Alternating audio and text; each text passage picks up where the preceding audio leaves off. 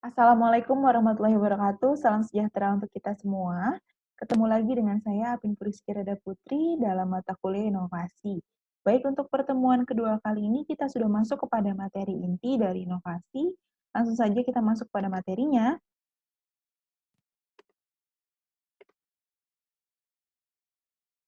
Ya, materi pertama adalah mengenai perubahan. Ya, supaya teman-teman paham bahwa eh, salah satu yang paling pasti di dunia ini adalah adanya perubahan. Ya, ketidakpastian adalah salah satu yang paling pasti yang kita alami di dunia ini, yaitu perubahan.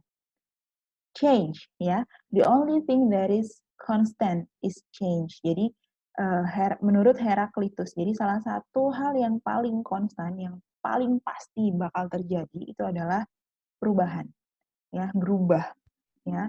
Ada kalimat yang mengatakan change or die gitu ya, menurut Charles Darwin.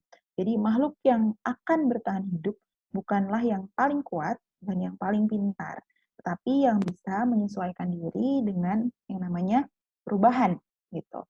Ketika dia pintar tapi dia tidak bisa menyesuaikan diri dengan perubahan, ataupun ketika dia kuat tapi dia tidak bisa menyesuaikan diri, maka dia bukan orang yang mampu bertahan hidup gitu ya. Nah, manajemen perubahan organisasi. Sebenarnya apa sih kaitannya perubahan dengan inovasi ya? Kalau misalnya adanya perubahan berarti harus ada inovasi, begitu ya. Manajemen perubahan organisasi. Manajemen perubahan adalah upaya yang dilakukan dalam mengelola akibat-akibat untuk mengelola akibat-akibat yang ditimbulkan karena terjadinya perubahan organisasi. Jadi apa saja effort atau upaya atau usaha yang kita lakukan eh, yang berdasarkan terjadinya berbagai macam perubahan gitu. Ya, perubahan itu bisa terjadi karena sebab-sebab yang berasal dari dalam maupun dari luar perusahaan. Jadi ada internal faktor, ada eksternal faktor. Yang paling tidak bisa kita kontrol adalah faktor eksternal. Kalau ada perubahan internal masih bisa kita kontrol. Nah, faktor-faktor untuk melakukan perubahan. Apa saja sih faktor-faktornya yang termasuk dalam faktor yang dari luar atau eksternal dan juga faktor yang internal. Faktor eksternal mengenai yang berkaitan dengan konsumen, pemasok atau supplier, pesaing, pemerintah, lembaga keuangan, dan lain sebagainya. Ketika ada perubahan di eksternal, maka di dalam organisasi juga harus melakukan perubahan. Kemudian untuk faktor internal adalah dari sisi karyawan, perubahan tujuan organisasi. Ini biasanya ketika ada keputusan yang harus diambil yang merubah tujuan organisasi, ataupun mungkin pimpinan yang berganti, begitu ya, kebijakan manajerial dan teknologi untuk internal, ya. Nah, apa saja sih fase-fase perubahan itu? Ada 5 fase perubahan. Yang pertama yaitu aware, ya. Pertama kali kita tahu ada sesuatu yang berbeda, itu pasti kita akan sadar, kita akan tahu, oh, bahwa perubahan itu akan terjadi. Jadi wajar kalau ada hal yang berbeda dibandingin yang lain pada suatu ketika gitu. Kemudian excited, ya. Ketika kita sudah aware, kita paham, kemudian kita menjadi excited, senang, memikirkan hasil atau manfaat dan akibat dari perubahan yang terjadi. Jadi karena ada perubahan itu bukan kita langsung menutup diri dan malah tidak bisa mengikuti perubahan, ya.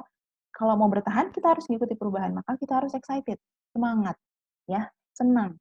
Kemudian ketika kita sudah excited, ketika kita bisa menjalani perubahan itu dengan baik, maka ya akan berubah menjadi lebih baik. Tetapi ketika kita tidak bisa menjalani perubahan itu dengan baik, maka ada tahap namanya frustration atau frustasi. Karena pasti semua perubahan itu ketika kita menyesuaikan di dalam transisinya itu akan susah gitu ya. Kita akan menyesuaikannya dengan susah payah karena kita tidak terbiasa dengan kondisi tersebut. Ini dalam berbagai aspek ya, dalam organisasi, dalam kehidupan sehari-hari, dan banyak sekali analogi yang bisa kita temui setiap harinya gitu. Seperti sekarang corona kan ya, ada perubahan, kemudian kita tiba-tiba harus WFH, semuanya harus online seperti ini. Kemudian kita juga harus uh, menggunakan masker, menggunakan hand sanitizer, harus lebih waspada, hidup harus lebih sehat, dan lain sebagainya. Pasti ada momen-momen kita menjadi frustasi. ya. Ini sampai kapan? Kenapa sih harus begini? Apalagi misalnya untuk orang-orang yang gaptek yang tidak mau menyesuaikan dengan teknologi, pasti akan ada tahapan yang namanya frustasi. Kemudian explore. Ketika dia frustasi, namanya manusia, ketika dia terpaksa atau ketika dia berada pada titik yang tidak baik, yang rendah, maka dia akan mencoba mencari cara supaya bertahan. Dia akan mengeksplor atau mencoba-coba hal baru. Kira-kira ada jalan lain nggak ya? Gitu misalnya. Setelah dia mengeksplor, dia menemukan apa yang sesuai, maka dia akan commit and perform. Yaitu dia berkomitmen dengan perubahan yang terjadi dan mulai meningkatkan prestasi dengan cara yang baru. Jadi dia sudah tahu harus seperti apa dan dia mempunyai komitmen di situ. Gitu ya. Oke. Nah, ini adalah kurva perubahan ya. Dimulai dari yang paling kiri ini, di sini ada dampak, kemudian yang di bawahnya adalah waktu ya. Dimulai dari ketika ada perubahan pasti dia mulai dari sadar dulu. Sadar, kemudian dia excited atau semangat, tapi seiring berjalannya waktu pasti ada masa namanya frustasi ya. Setelah frustasi dia akan berusaha untuk bangkit lagi, jadi dia mengeksplorasi.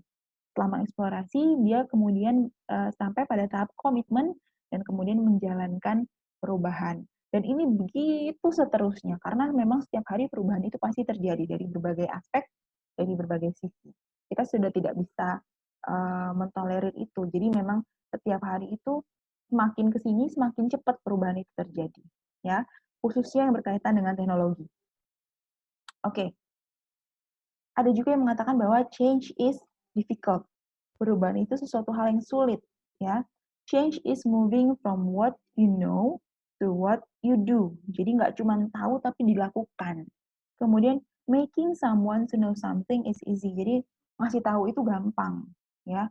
Ngasih tahu orang untuk mengetahui sesuatu itu hal yang mudah. Tetapi making someone to do something is extremely difficult. Jadi kita cuma ngasih tahu orang itu, dia tahu, selesai. Tapi kalau kita memberitahu orang itu, kemudian orang itu bisa melakukan apa yang kita sampaikan, itu adalah hal yang sulit gitu. Maka di sini bisa disimpulkan bahwa change is difficult ya. Kalau cuma tahu tapi tidak mau menjalankan kan belum menjadi suatu perubahan begitu.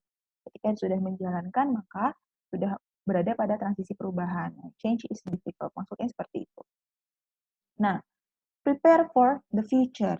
Yang namanya perubahan adalah terjadi setiap hari dan semakin ke depan, masa depan itu pasti semuanya diwarnai dengan perubahan yang terjadi. Ya, apapun yang kita lakukan tidak akan bisa mengubah masa lalu.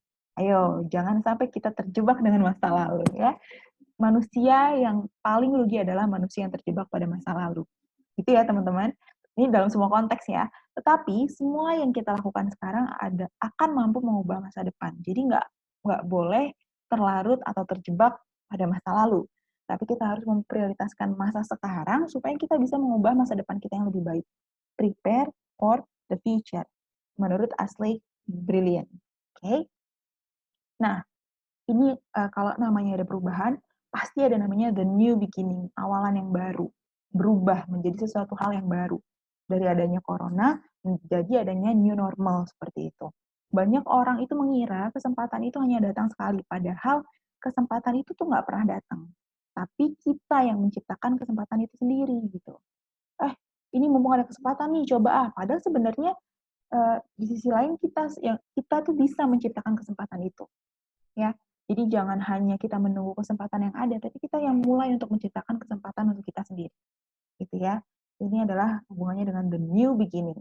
Ketika ada masalah, ketika ada rintangan, jadikan itu suatu tantangan, kemudian menjadi suatu permulaan yang baru. Itu menjadi kesempatan, gitu, bukan menjadi suatu hambatan. Oke, the beginning. And suddenly you know, it's time to start something new and trust magic of beginnings. Ya sudah, karena memang harus seperti itu, berubah awal yang baru, ya sudah. Kita harus tahu bahwa ini adalah waktunya untuk mempercayakan pada kondisi yang ada. Bukan berarti pasrah, tapi kita ikut menyesuaikan dengan kondisi yang baru. Orang-orang yang seperti itu yang bisa bertahan dengan perubahan, mengikuti perubahan, mereka yang akan bisa membuat inovasi-inovasi gitu. Nah, ini ada 3 macam jenis perubahan ya. perubahan rutin, jadi yang setiap hari kita lakukan, setiap hari itu kan pasti ada perubahan yang terjadi berbeda-beda, itu perubahan rutin. Kemudian perubahan peningkatan, kalau perubahan rutin itu setiap hari berubah tapi tidak ada hasil yang lebih baik, kalau perubahan peningkatan itu ada kondisi di mana kita menjadi lebih baik. Sampai perubahan inovatif. Nah, ini perubahan yang di dalamnya terdapat inovasi-inovasi sehingga bisa bermanfaat nggak cuma untuk kita tapi untuk orang lain juga. Gitu. Oke. Nah, maka kita harus melakukan perubahan supaya bisa mencapai yang namanya inovasi, supaya kita menjadi orang inovatif. Innovation, change, and then innovation, ya. Oke, thank you. Untuk materi perubahan, sampai di sini dulu. Jika ada pertanyaan, dipersilahkan. Nanti jangan lupa pengerjakan soal atau tugas yang ada di UBL Apps. Bisa dicek dan dikerjakan ya. Diperhatikan waktu penyelesaian tugasnya, jangan sampai terlambat. Demikian, saya akhiri untuk pertemuan kedua kali ini. Wabillahi taufiq wa hidayah. Wassalamualaikum warahmatullahi wabarakatuh.